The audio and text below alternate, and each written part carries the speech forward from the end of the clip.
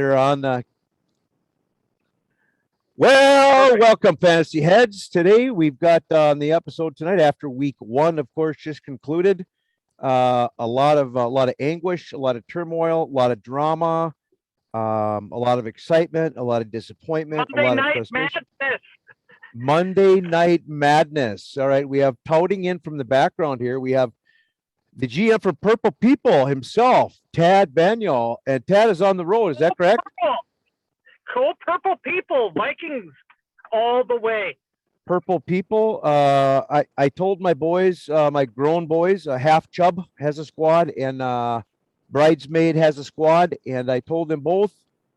Uh, I said, and he was here watching the game, and I said, you're angry already, and you're pissed, and you're yelling at the TV, and you hate the Vikings offensive line, and you're frustrated, but not okay. Now yeah, and they lose in overtime, and then we turn it The to the. Vikings are why we have fantasy football. So when our team fails, that we have something to cheer for besides our failing team. In most cases, your fantasy squad is indeed doing better than the actual squad itself. So, um, kind of a timely If, episode. What's that? if you flip a coin, you'll probably do better than the Vikings on average. So your Well, your 50-50 shot is better. yeah, you can do the 50-50 lotto chance on any lineup we have in the league, and they will indeed outscore the Vikings. But um, pretty good timing because today is Tuesday, and we had Monday night. I don't know if you guys caught it, but I went to bed. Okay, I started watching the game. I've got 171 points, so I have Mark Andrews, and I'm like, I'm going to bed. I'm up, 70 points. I'm heading for the sack. So I missed most of the second half, and I wake up and I I grabbed my cup of coffee, turned on the TV, and looked at my phone, and I said to my wife, I said, I lost. She says, you lost what? I said, I can't believe I lost. I was up That makes two of 171 to us. 118, and I That makes lost two of us. I didn't. 199 to I got 172. that waiver wire Tyson Williams saves the day. That who you had in your lineup? Tyson Williams was the key component of my lineup. Oh, for crying out loud. Well, we're going to talk about that. We're going to talk about that and some other things, but needless to say, when you put up over a $170, you typically don't lose. Probably, I don't know, 3 times in league history, but indeed it happened.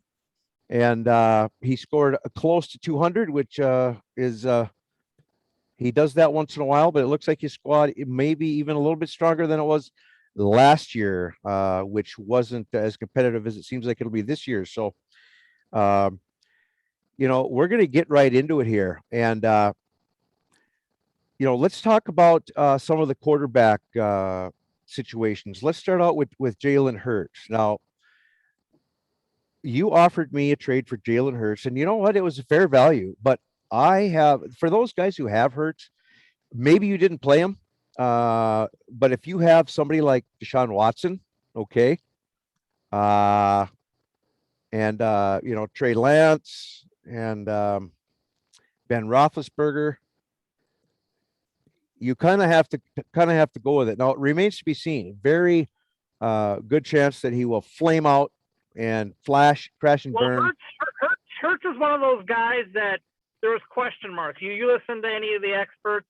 There are some that loved him because he was a running quarterback, and some that said his numbers were an aberration and he can't throw and he has no weapons, and so he was really an enigma coming into the season because you had the people that loved him, the people that hated him, and there really was no middle ground. So it was really tough until we saw some of the results, come Sunday. It was a guess. I took a shot in the dark with a trade because Oh yeah, I'm weak at quarterback, but it was definitely a gamble because it could have went south the first week, and like you said, it still may go south. But that's where preseason and listening to the camp reports actually matters, because a lot of the actual Philadelphia reporters that seem to be worth a damn.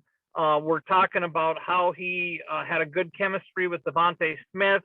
Jalen Rager was coming along, and more importantly, you started hearing rumblings about Zach Ertz wasn't going to be leaving, and he was starting to tie in with Zach Ertz. So paying attention during training camp and trying to filter through the BS and what's actually legitimate is a key component of some of that success there. So good job getting Hurts and keeping him. With that, I think he's a real value. Well, it certainly, what he did is he started out on the right foot, because over that 4-game stretch, he had a 51.2% completion rate. Okay. Now he had a 77% completion percentage, over 8 yards per attempt, almost 300 yards, 3 touchdowns, 62 yards rushing, and no interceptions. So, Well, but you nailed it. His added value is what he does with his legs if he can stay healthy, and that's the differentiator with him. that is the key. So it's upside is fantasy QB1, or possibly a flame out. I mean, Yep. that's how volatile it is. So those guys that have them are maybe taking a shot. You never know. It's hard to say on that one. And then going down the list here, let's take a look at some of these running back situations. Now, it really has become muddled even 1 week into the season, starting with the Jacksonville running back situation, and Urban Meyer up there running the college version of an NFL football squad, running Hyde and basically resting James Robinson. What do you think about that move? I think he's a disaster, and he'll either figure it out real soon, or he's going to be back in college football, maybe not even before the end of the season. What he did is he was supposed to be Mr. Running Back guy and the running back whisperer. Well, he had his rookie quarterback throwing the ball all over the place in the first half against a terrible run defense. They are a terrible run defense.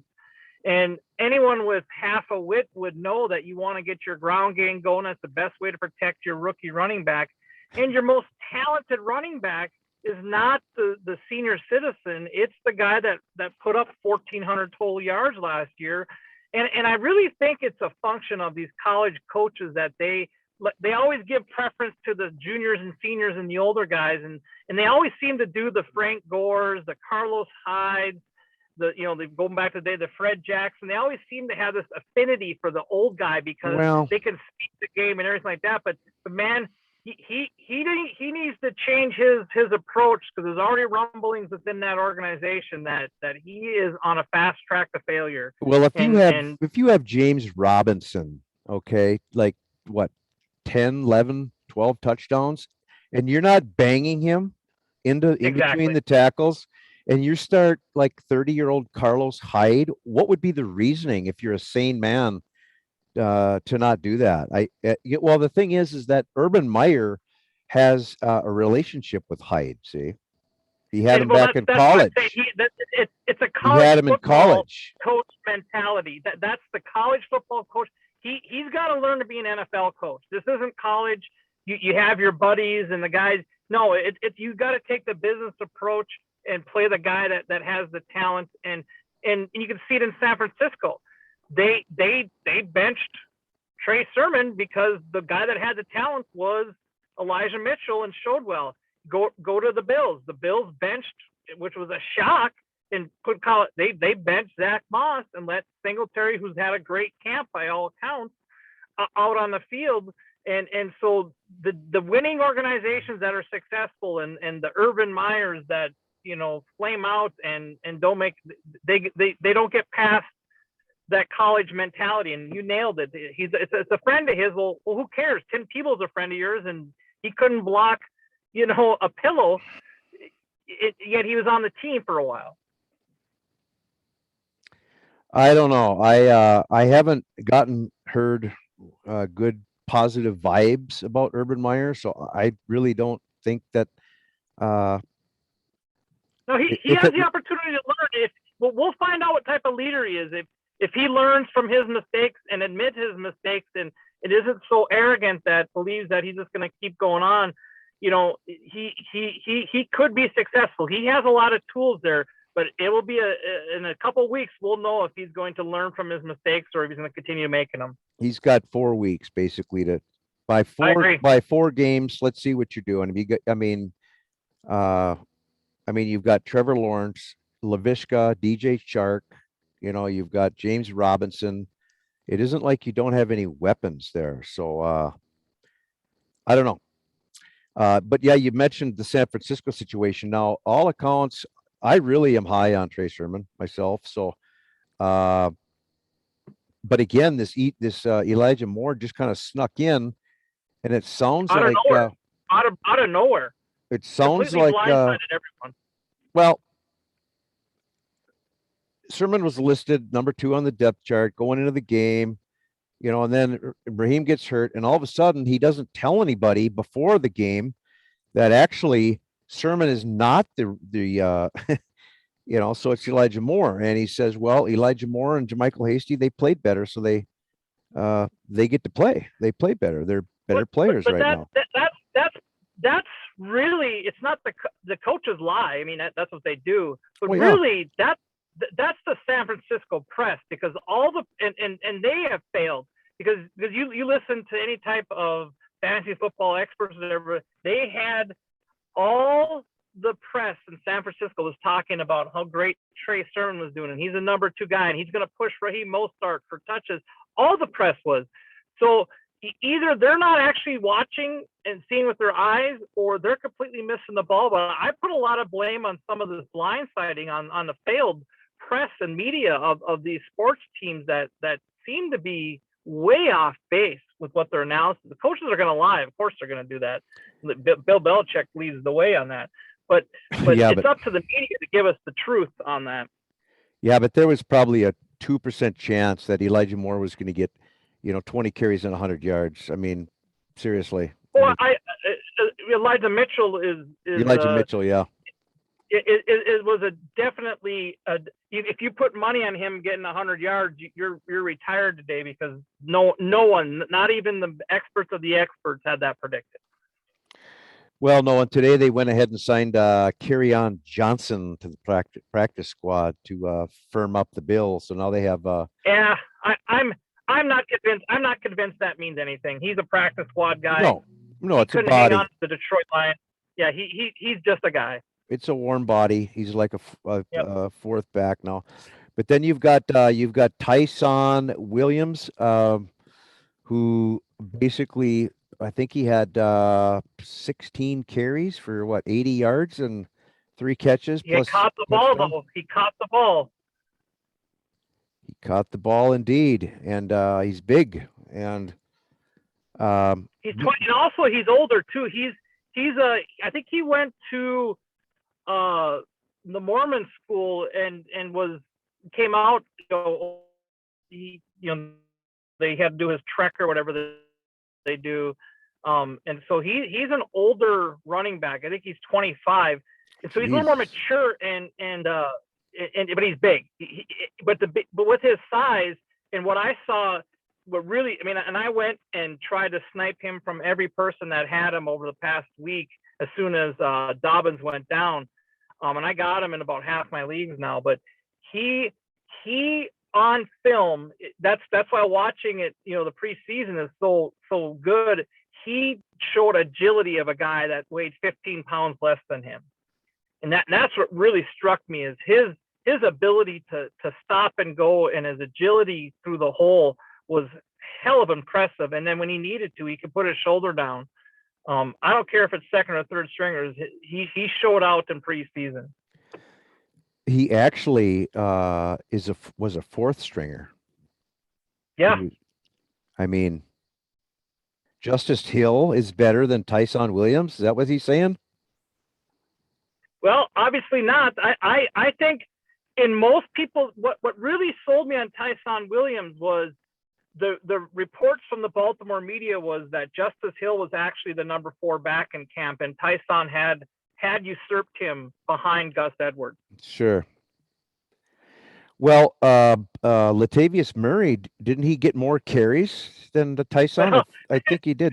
it was, if you watch the game, it was frustrating to watch because the kid was much more explosive on film. And I don't know if they were trying to limit his touches and his exposure, but Latavius Murray was a plotter just by watching the film. And that's great. Latavius Murray is a plotter, but he is nowhere near the explosiveness of what Tyson showed. No, I don't think I'm surprised he got that many touches. They signed him so quickly, I and agree. I don't know why they felt that they had to give him that much touches. Clearly, I don't think that he's going to carry the ball 10 times next weekend. If he does, I mean, Harbaugh's just not that stupid, so I think he knows what's going on there. Yeah, I agree. I agree with that assessment. Latavius Murray is above just the guy. He's a little bit better, but he is not an explosive guy. And you could was not as functional in the second half when Murray got all those touches as it wasn't. The offense in the first half was explosive. In the second half, it wasn't. The difference was giving the ball to Williams. Yeah. No, there's no question. And, Latavius, got cut. Actually, Peyton cut him. Sean Payton cut him.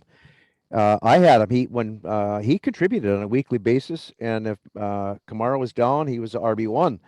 But that was a couple of years ago, last year. Now they cut him, and the undrafted free agent Tony Jones Jr. That's another name out of nowhere, right? If you look at Tony Jones Jr., what they're basically saying inside is he's a clone to Pierre Thomas. And your assessment is 100%. That's exactly what I've heard too. And I missed him on a lot of leagues, but where I didn't get Tyson Williams, I've gotten myself and Tony Jones because your analysis, I think, is 100% of what I've been tracking as well. Well, I think a lot of people, some people are like, what, but I said, okay, watch the tape. Okay. The dude is big enough. He can run inside, outside. He can catch the hell out of the ball, and he's great third down back because he's a great pass protection, which saw you got to him be on old the field. To remember Pierre Thomas, so those young new kids probably don't have that reference. So you got to be careful of some of those references. Oh yeah, well, the bottom line is, I feel those owners that out there, I got his stock. I picked him up last year and cut him. Then I picked him up this year and I cut him. And then I'm like, no, you got to get me some Tony Jones stock, because just imagine if Kamara somehow gets a hammy strain and he can't play 1 week. I mean, Tony Jones is going to get as many targets, probably 10, as Kamara does. I mean, well, he's an instant starter. I mean, if Kamara goes down, Tony Jones goes into a low-end RB1 role, and he's an instant starter in that offense. Starts as a low RB1, and it's hard to say what can happen there. But right now, yep. He's a flex. He's a 3. He doesn't start for a lot of rosters. But let's go ahead and look at DeAndre Swift over there in Detroit. Now, people that have Swift stock have got to be happy. They signed Jamal Williams, and some owners, like bridesmaids, are like, wow, that's great. Third down back. Why do they bench Swift? What is the deal there in Detroit? But the truth is he was targeted more than any running back in the NFL this weekend with 11 targets. And between he and Jamal Williams, they caught 16 passes, which was half of the completions of Jared Goff. So we know. Well, but if you think about it, and this is where understanding the team and filtering through the BS of that's why experts, I don't believe a lot of them are experts, because they were dismissing DeAndre Swift because they brought Jamal Williams in. But what they weren't looking at was the total team. And when you go to the Detroit Lions, their number one pass catcher is their tight end. Honestly, their number one target is TJ Hawkinson. And their number 2 and 3 targets are their running backs. Yeah. Their wide receiver core is probably the biggest joke overall I've seen in a decade. Their wide receiver core I'm sorry, it really is non-existent. And on top of it, you have a QB that really is not great at getting the ball downfield and with wide receivers that can't separate. So No, what does he do? He's going to be checked down Goff, and he's going to be checked down to Jamal Williams, DeAndre Swift, and the TJ Hawkinson. That's what this year is going to look like. And anyone that looked at that team and understood that defense is pretty pathetic, so they're going to be behind. They have no wide receivers, and they have basically a check down quarterback. Well, it doesn't take a rocket scientist to figure out that those running backs are going to be just peppered week in and week out with passes. No, and I think one of the really big problems is Goff, and I don't remember him being a check down guy that badly in LA, but he's got a worse team. Well, that's why they got rid of him, because he couldn't run. I mean, in the end, if you listen and watch why they got Stafford, is Stafford could run the offense they wanted to run, and so they didn't want to run a check down offense. Whereas Goff was not able to do it. So that's why they kind of, soured on him and said that he can't run their offense and make the throws and more importantly, make the reads down the field. Well, that Stafford could. And so that's why now Goff is doing what he can actually do. He can actually do the short check down, get rid of the ball, and, do a little bit of athletic moves inside the pocket. Not a lot, but that's more of an offense that suits him. And people dismiss the Lions offensive line, but look at the last 5 years of their draft. They have put together a very solid offensive line, and it's underrated in my opinion. Well, Goff will have plenty of time to look badly when you watch him on television. It's the most unexciting play. But Stafford, he can push the ball downfield. I mean, give me a break. 2 passes, 124 yards and 2 touchdowns. Exactly. To Cooper And that's what the Rams wanted that Goff couldn't provide. Yep. And you've got, of course, Van Jefferson actually is showing a little more than I thought right now, because you've got Kupp there, you've got Robert Woods, and Woodsy was kind of the number one last year, but boy, I tell you, I definitely like the downfield action that we're going to see between Stafford and Kupp. I think Kupp is definitely going to expand his yards per catch greatly this year. Kupp is definitely the favorite of Stafford. It's clearly the case, and I think Robert Woods was peppered with targets because he really was the more shorter down guy that Goff just went to, that because he was his security blanket. Well, Kupp is more of the downfield threat. He's obviously got speed, explosiveness, can separate, and can catch the ball. And that's what Stafford is, used to. You got to think what, Stafford played with the Calvin Johnsons and Kenny Galladay's and downfield guys that can, obviously Kupp isn't that big, but he's the downfield guy, to your point. Well, yeah, and I definitely Kupp stock has improved probably like 45% because absolutely. Those owners that have them, I mean, Chubb's got to be having a Chubb. A half Chubb is now full Chubb because of full Chubb on Kupp. That's absolutely correct. You got to have a full Chubb on Kupp. Now, what about Darnold versus Wilson quickly? Sam Darnold, he's not starting. Zach Wilson, he's not starting for anybody, but Darnold probably showed some stuff there. Well, but all right, let's analyze that a bit. What's the one piece that Darnold is not linked to anymore that makes him a success? The Jets. Well, but more importantly, who was the coach of the Jets? Oh, I mean, yeah, it should have been fired. Like, I don't understand how Gase. Yes, Gase is the quarterback killer. Why? Gase is a disaster and should never be in the NFL or anywhere near an NFL team ever again. The fact that he was hired by the Jets doesn't say anything good about Gase. It shows you how dysfunctional the Jets were and how terrible they were in their decision making. And Gase ruined, I think, Sam Darnold, just like he ruined Ryan Tannehill. People forget that Ryan Tannehill is a top 12 quarterback with the Tennessee Titans, after Gase tried to ruin him in his entire career with Miami. So Gase should be put in prison or something somewhere and locked up and never allowed near any football team ever again. So Sam Darnold, I think you have a good cast around him. You have competent running game, a competent wide receivers, and competent coaches that are allowing him to flourish. And now he has confidence, and you can see it.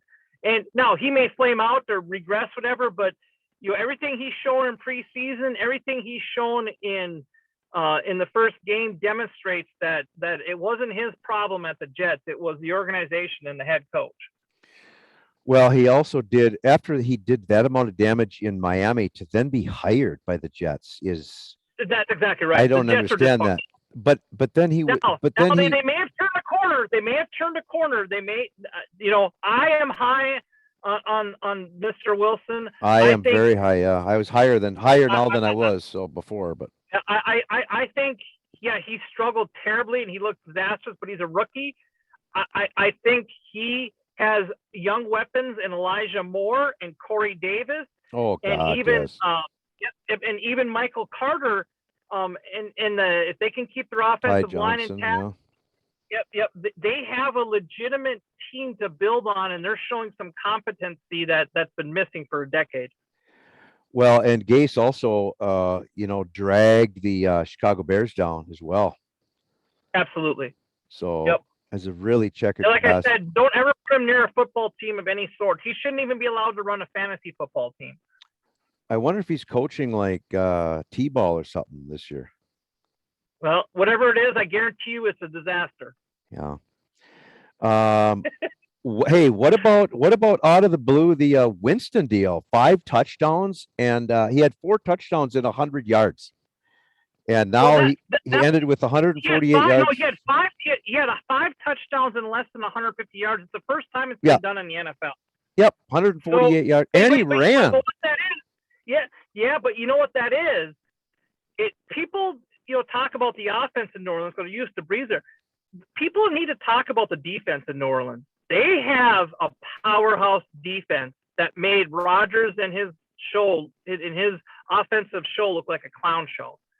I think the New Orleans defense is underrated, and so they gave Winston those short fields, so he didn't have to do an 80-yard march. He had to do a 20-yard march or a 30-yard march and basically toss a touchdown. So I think that, yes, Winston will not be tolerated if he throws his picks like he did in Tampa Bay. And I think he had a coach, for all the frustrations that I have with New Orleans, their coach is legitimate, and he's a legitimate quarterback coach.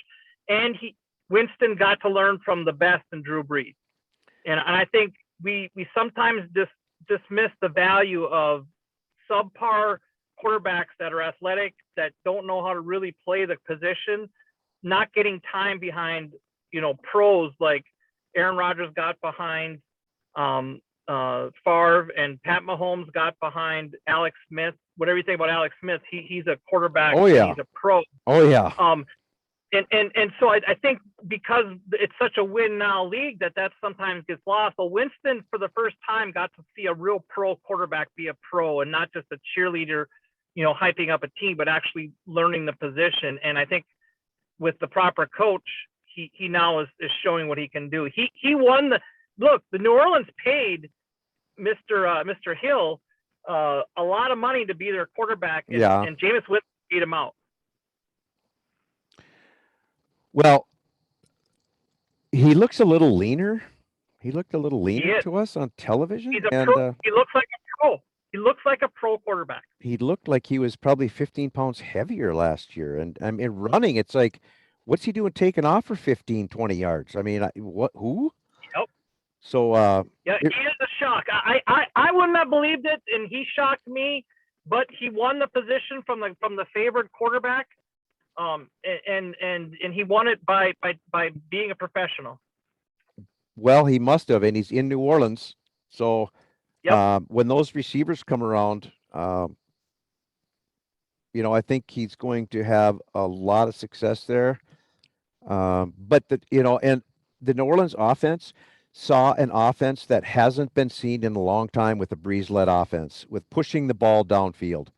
Breeze was no longer pushing the ball downfield, and now I think you're going to see that. Couldn't. I He think you're going couldn't. to see that because he's got a big arm, and they're going to be able to take advantage of that speed. Deontay Harris, Marquez Callaway, I mean, whatever. I think they're going to push the ball downfield. Agree. And that's really the offense that they want to run. They dealt with Breeze because he was such a good quarterback reading teams that he had success even though he couldn't do the pushing it down the field. Now that they have someone who can push it down the field and use that speed, that'll open things up for Kamara. And that's why as soon as Winston was named, I thought it was a great thing from Kamara because that meant that they're going to open up the field. Yeah, it's kind of a keep an eye on deal. Just to kind of see, stock is rising. I don't know what the value is now, but he's kind of a hold, I think, right now. Lamar Jackson basically gave the game away because he ran for 80 some yards, but he fumbled 3 times, losing to one, the last one, allowing the Raiders to win the game. So what's going on with Lamar? Well, I think it's I don't think it's Lamar. My opinion is they quit running the ball with the right running back. The first half, the Baltimore looked like they were going to run Raiders out of the doggone stadium, and then they, for what reason that no one can explain to me, Latavius Murray always suddenly became the feature back, and you had the plotting, bogged down offense, but you also had Mark Andrews drop a pass in overtime. Yeah.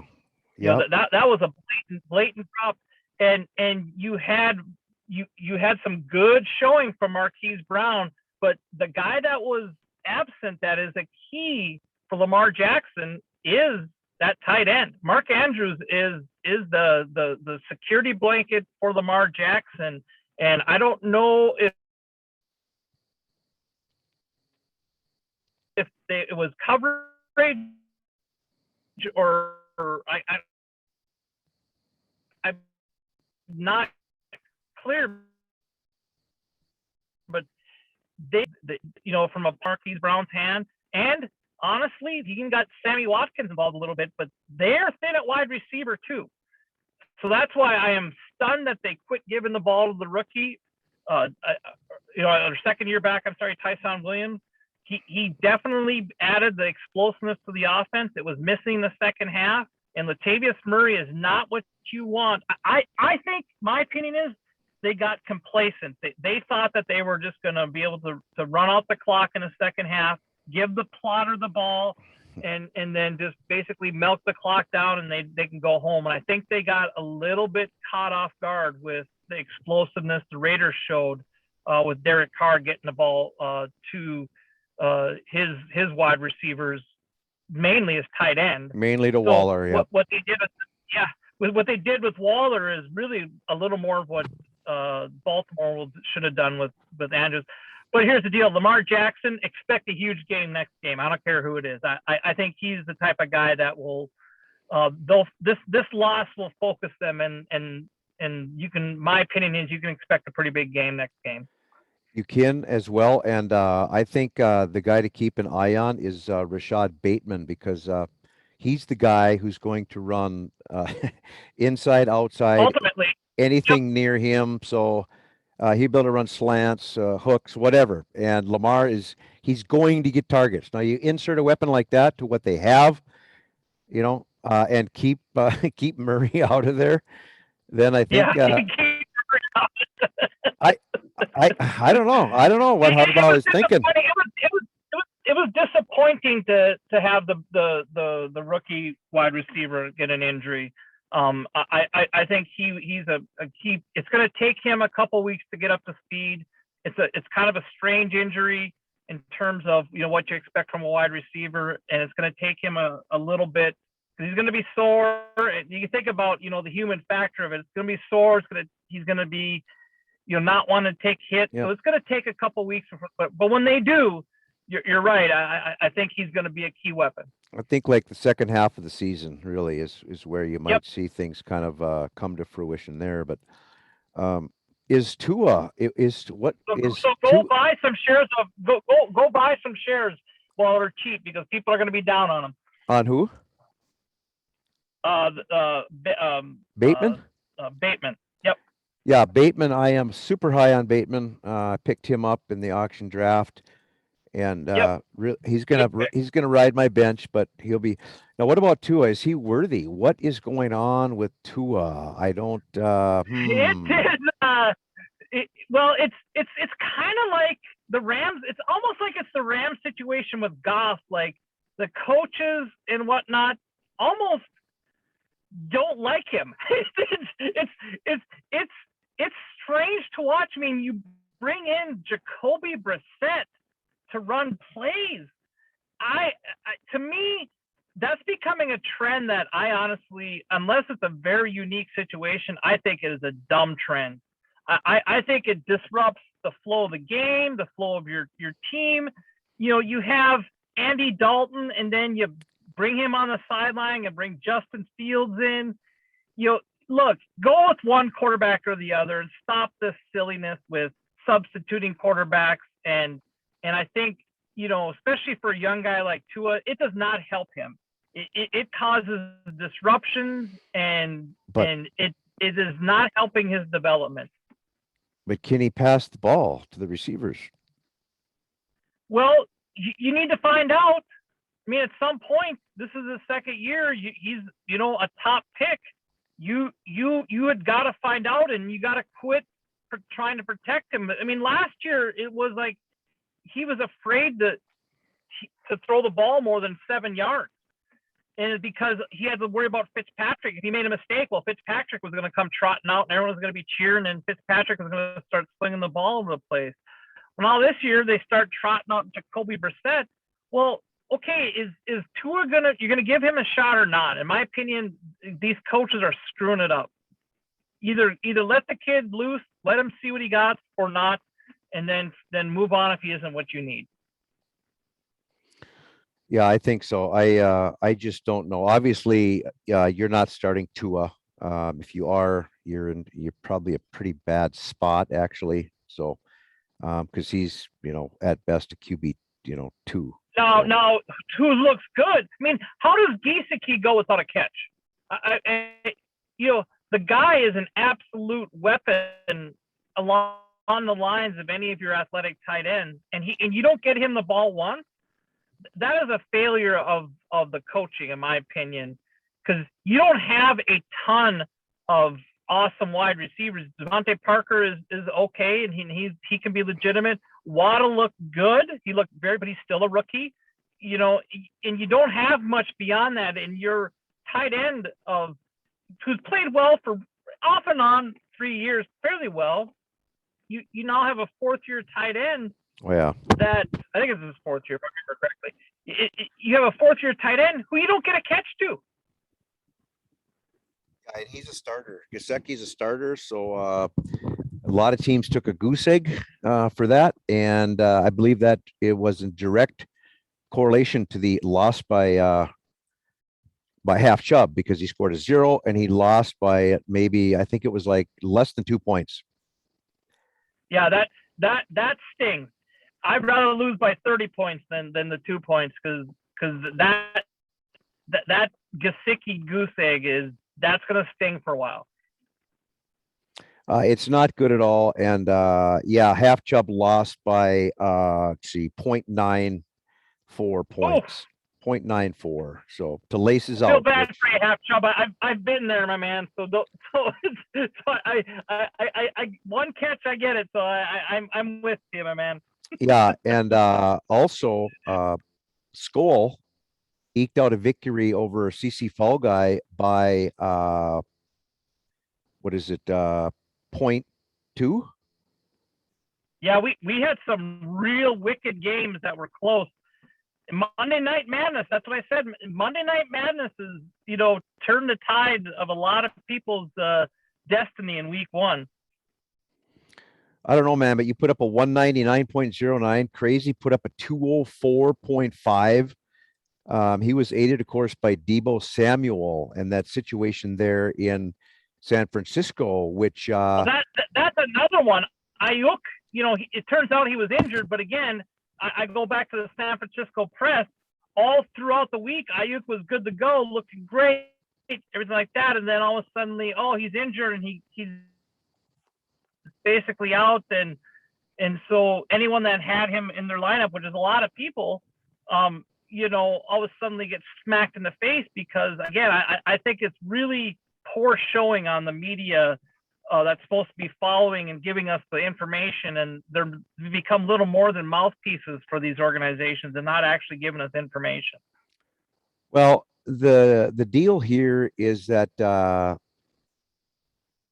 yeah, he wasn't even targeted, Ayuk, on the play or on the day, and he said that he was kind of protecting him from his hamstring, but I don't even think he was on the what's that? field. From everything I read is that he still has that nagging injury, which we haven't heard a thing about really anywhere until after the fact. Well,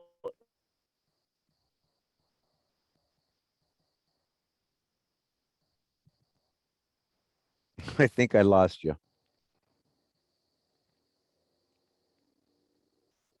Shit.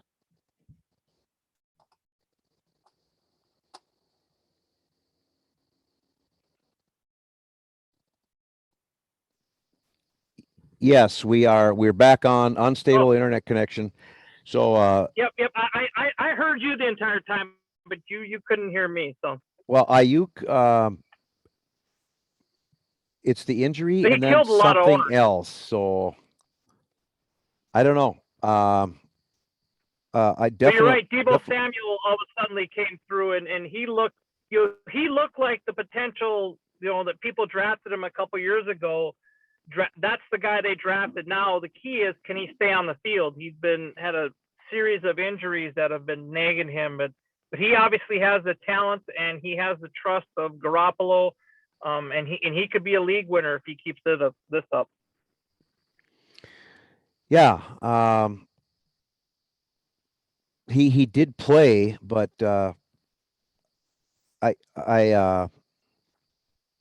it's clear that the number one receiver for Garoppolo is he's got a really good connection with Debo. So I personally think Ayuk has higher stock than Debo, but I would ride him while the riding is good. Really, is what you should do. Put him in there till he gets hurt, until he gets usurped, or until Garoppolo flames out, or whatever happens. But right now, his stock is indeed in the right direction. Yeah, he is an every week must start. Debo Samuel's an every week must start until he proves otherwise.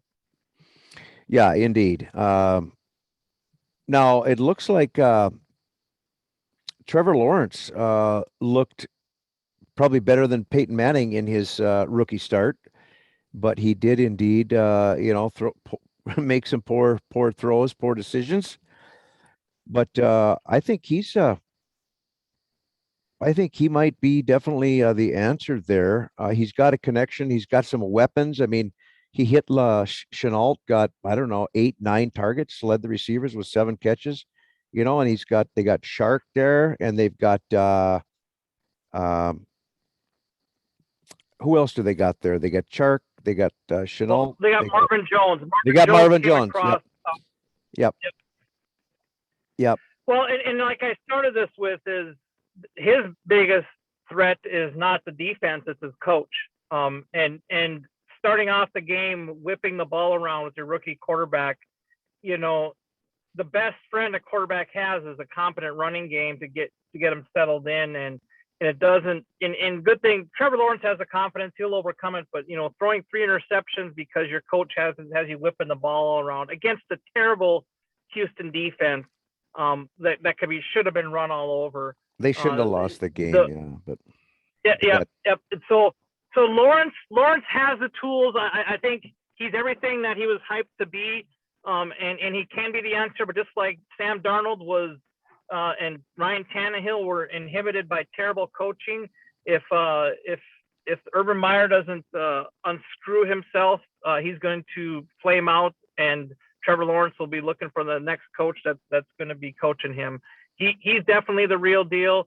It's the coach that'll either make or break his season. And let's hope that Urban Meyer can. I hope he can, because I like James Robinson. I think James Robinson's a great story. I like Trevor Lawrence. I think he's a good kid, and I think it's a legitimate team. But the coaching will ultimately either figure it out or flame out. Yeah, it's Jacksonville. So, is it time? Is it time to fade Rodgers? No. Look, go back to the last 3-4 years. Rodgers, for whatever reason, has had some of these. Now, this was a historically bad game for him, but No, it was his he's had worst game in history. Yep. But he's had, some slow starts. Like, he has the classic, just relax and all these sayings. So this is not, out of the ordinary for him to back. And now, if he has another game as poor as this or whatever, then you got to start worrying, because then you have to wonder if he actually has his head in the game. This offseason is a little bit different for him because he was doing the Jeopardy thing, hiking in the mountains or whatever the hell he was doing. And so it seems like he's kind of distracted to the point of football might not be a priority for him. And if that's the case, then yeah, people should be worried. But it's a question mark, but I wouldn't panic as of yet. Let's look at the next week or two, and if he doesn't dramatically improve, then yeah, he's lost interest in football and doesn't care anymore. Wearing smoke all the pot he wants, but in the end, I just don't think. I think him and Davante Adams want to go out on top and then leave the Green Bay organization forever. So they want to basically put up historic career numbers. I think they really like each other, and so. Yeah, I think Rodgers, his facial expressions, his body expressions, it just was bad. But he's the MVP, so he didn't lose his talent overnight. Less than a year ago. I mean, no, absolutely not. No, it's not that. It's just that there's hatred. He still hates Gutekunst. Yep. Yeah. So there's a lot of hatred there. But also, look, I said it earlier. I think we don't give New Orleans defense enough credit. I think they're good. Now, could I be wrong in that? Sure, but New Orleans had a good defense last year, and I think that they get a say in that too. When you come in kind of half-baked against a great defense like that, you're going to get spanked. Yeah, you are. And I mean, he definitely, I think he put up 3-something points for, I believe it's Fall Guy that's got Rodgers, but yeah, not good, not good for the week. But Brady, on the other hand, was just flinging it like, just like, he was 27. He was hitting Godwin. He was hitting Gronk. He was hitting Antonio. He was hitting.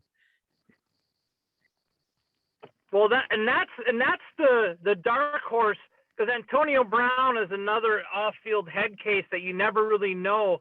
But the last half of the season last year, he started coming on, and the question mark coming into this year was, would he continue that, or would he do what Antonio Brown does and self-destruct? Well, it looks like being with Brady is a cure for his problems, because he picked right up.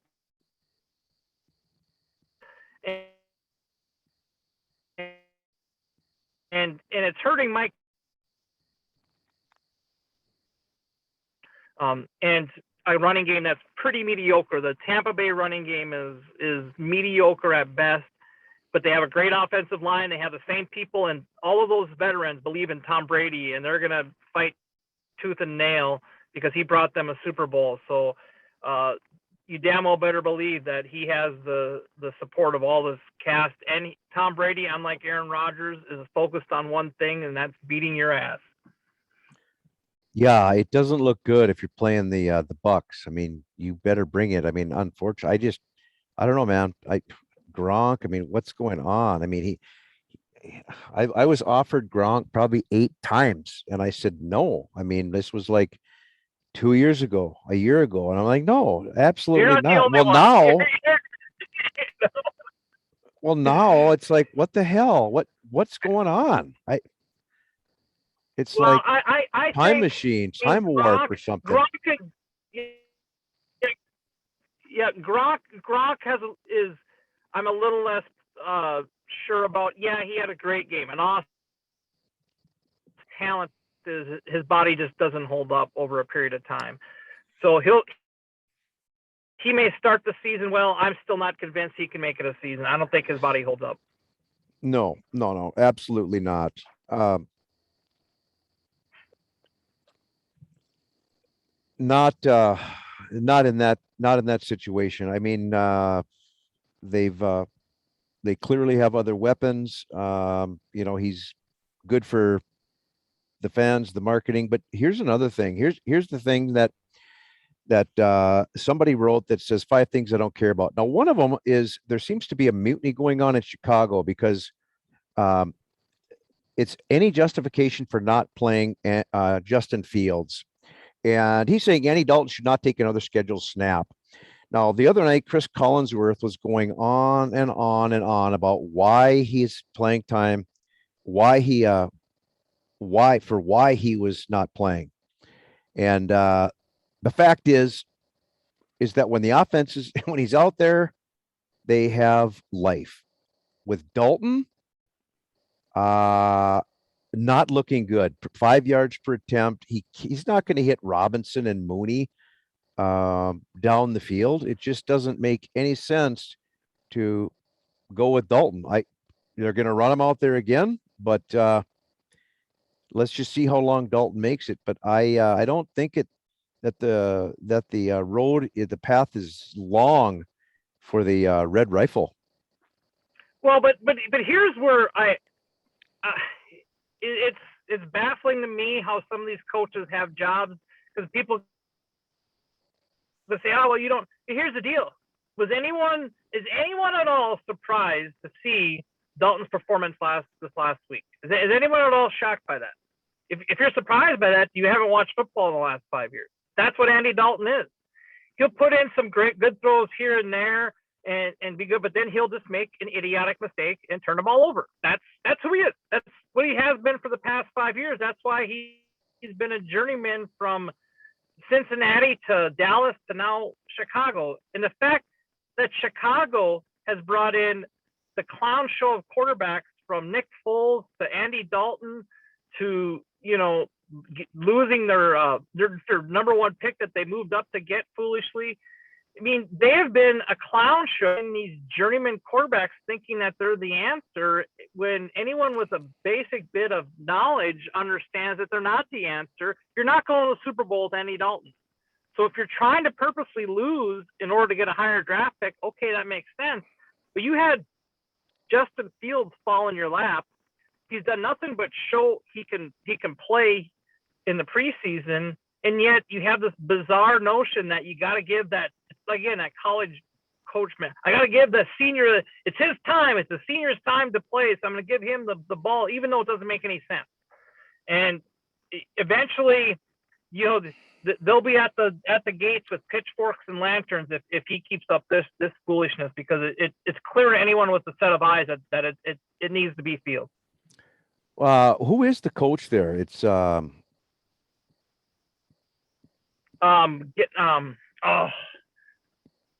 know who it is. I keep the guy's thinking been there for a while. I keep thinking Gase. That's not it. It's a good coach, but I don't really think he's. I don't get it. Anyone invested in the Bears on any level should not accept another second of what's going on there. Well, here's what I don't understand, and what frustrates me is that anyone looking, I don't care if you're a expert or not, anyone looking at that organization could see plain as day. But why can't the people that get paid millions of dollars inside of your organization see it? Matt Nagy. Matt Nagy. Yeah, I don't know. Matt Nagy's not a. No, I didn't think he was a bad coach, but if you saw somebody who really played above his pay grade in the preseason and showed a not too hyped up football IQ, extremely high. I mean, I told the owner that has Fields that traded for Fields, and I've got Trey Lance. I traded for Lance. I looked at Fields and I said, I think Fields could be the number one fantasy quarterback out of this draft in the short term if he gets time to play. At No least doubt, because at least at he least can run the presently. ball. Yep, Fields can run the ball, Oh but yeah. I think overall he has the arm and the ability to read, like you said, and he has a running game. He has a great running game with David Montgomery, and that's going to drive Crazy Horse to win this year if he gets it. Top But the bottom receiver line out is there. Yeah. this: yeah. I mean, there is no legitimate reason for Fields to be on the bench. If your goal is to win this year, if your goal is to win this year, you got to put Fields out there. Well, I just don't think that Dalton's ceiling is very high. When you look at the body of work, it's like Well, not only that, but his he will make the dumb red zone interception, fumble. He can't run the ball like Fields. The guy is a journeyman quarterback for a reason, because he plays like a journeyman quarterback. You may be able to eke out a 500 record with him, but is that really what you're going to go to the Super Bowl with your 500 record journeyman quarterback? It's basically the fool's gold to try and pursue Andy Dalton. well, and maybe he was trying to protect Fields from the Rams defense on the road, but I don't know. Maybe that was part of it. And I would buy that if but then don't put Fields in for a play. I mean, that's my whole point is then Fields stays on the sideline the entire game.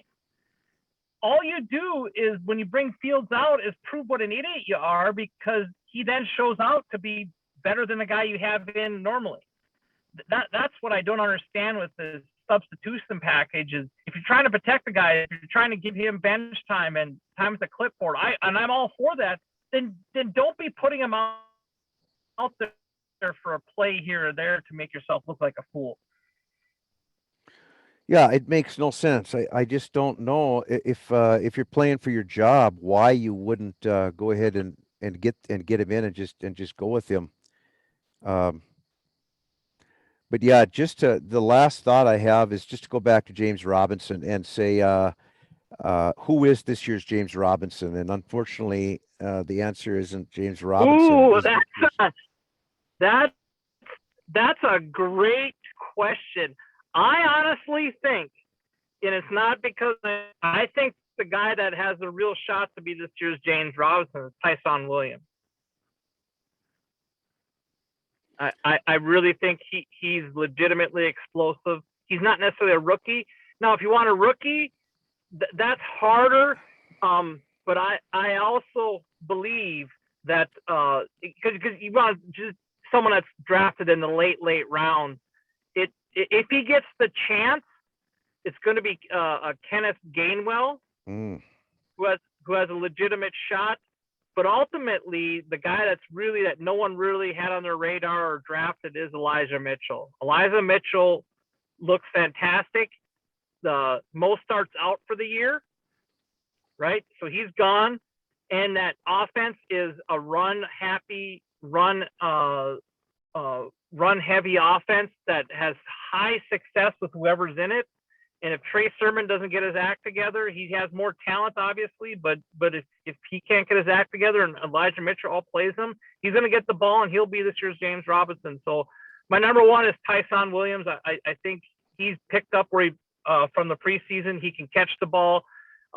His competition is a joke. I think Latavius Murray is not even competition. He's just a guy. and number 2 is Elijah Mitchell.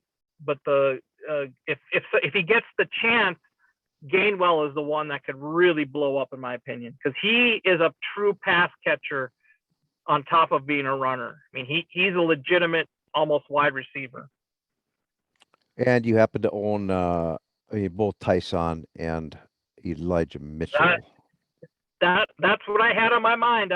It wasn't chance I took him, so I'm crossing my fingers. Well, I don't know what to say. If James Robinson, he saw 35% of his team's rushes. Okay, last year his single lowest game rushing back share was 85%.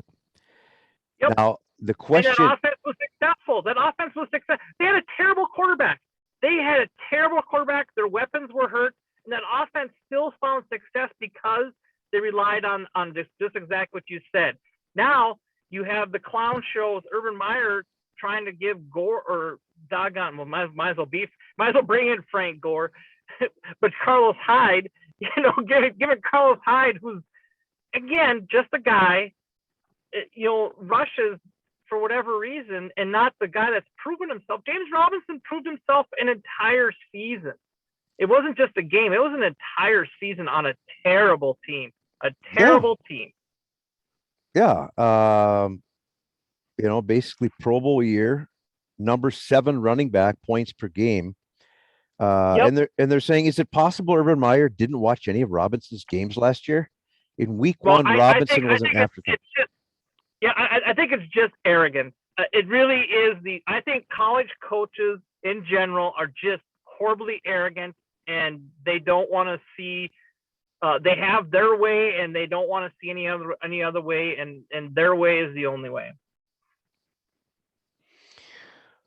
Well, it's going to you're going to have to be wary there, I guess. Robinson basically a risky flex, which really stunning to have to say that. But well, especially when Etienne went down. When Etienne went down, anyone with half a clue had James Robinson immediately in their starting lineup and put him in, as the top one 10 running back, the clear one. Yep. And should have been. Yep, the 30-year-old running back. He found yet another way to steal touches from a more talented fantasy asset. So I don't know. Do you have any closing thoughts? We didn't really get time. I was going to kind of do a league overview, but we can go ahead and catch up on that next time. We'll do it again. This was fun. I enjoyed the conversation. The key we're in a dynasty league, so the key that people have to have, in this is patience. You can't. It's interesting to listen to experts. One week they'll be down on a guy, then he'll have a big game, and all of a sudden they're up on a guy, and then he'll have a down game. And so the yo-yo is real in fantasy football, and you got to take I call it a dollar cost average. Yeah, one game may be bad, but you take a player over 3-4 games, and then you'll get your points out of it. So that's the number one thing I have to say is you got to be patient and hope that your waiver wire pickups are there for you, and maybe make a few deals if you have to, but don't lose your patience. Otherwise, that's how you end up flailing around and don't succeed. Flailing. Yeah, fantasy is fluky, and there was a lot of anomalies. So it's just, and there's so much parity in this league that it's the parity is stronger than it. The scores show the parity, There really is some really good parity, which kind of disappoints me because I had thought I was building a dynasty 2 years ago, and a year ago I looked over the league and I'm like, wait a minute now, there is a lot of parity, a lot of talent spread around. So well, and what you see is you have some. It's interesting. You see some teams that have superstar lineups at every position. I mean, they have top 10 people in every position, but then you look at their bench and it's pretty dry.